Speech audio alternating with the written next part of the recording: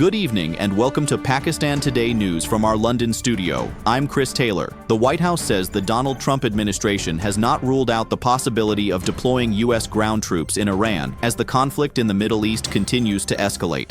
Press Secretary Caroline Leavitt stated that while sending troops is not part of the current strategy, the option remains on the table in order to maintain what officials describe as strategic flexibility. At present, the United States and Israel are relying on air and naval strikes under an ongoing military campaign against Iranian targets. Officials claim nearly 2,000 sites have already been struck, and Washington says it is moving closer to gaining operational control of Iranian airspace. However, the possibility of American ground forces entering the conflict has sparked concern in the U.S. Congress, where several lawmakers warn that deeper involvement could draw the United States into a prolonged and costly war. Meanwhile, Iran claims it has taken complete control of the strategic Strait of Hormuz, one of the world's most critical routes for global oil shipments. Iranian officials say vessels attempting to pass through the strait could face missile or drone attacks. The conflict has already resulted in more than 1,000 reported deaths inside Iran. Israel says it plans to continue its military campaign for at least another 1 to 2 weeks.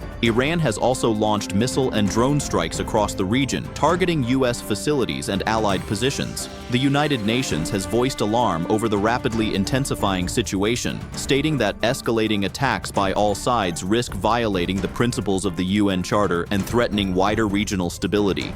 Global markets are also reacting to the growing tensions. Oil prices surged by more than 3% as the conflict intensified. Brent crude climbed to nearly $84 per barrel amid fears that supplies could be disrupted if the Strait of Hormuz becomes unsafe for shipping. Markets remain on edge after reports of attacks on oil tankers near the key maritime corridor. Analysts warn that prolonged fighting between Iran and its rivals could significantly disrupt oil and gas exports from the region.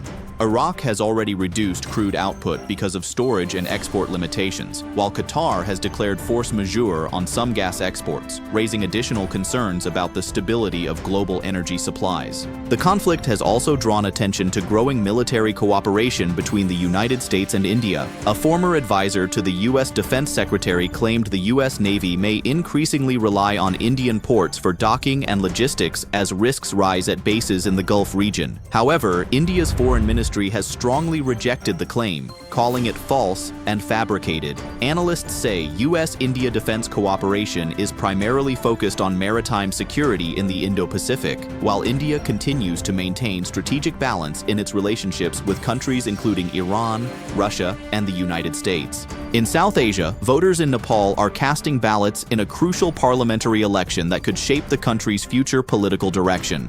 The vote comes 6 months after deadly anti-corruption protests that led to the collapse of the previous government. Nearly 19 million people are eligible to vote to choose a new parliament. The election pits veteran political leaders against a new wave of younger candidates promising reform, transparency, and better governance. Authorities have tightened security across the country, with thousands of police officers and soldiers deployed to guard polling stations. Political analysts say it is unlikely that any single party will secure a clear majority, raising the possibility of a coalition government emerging after the vote.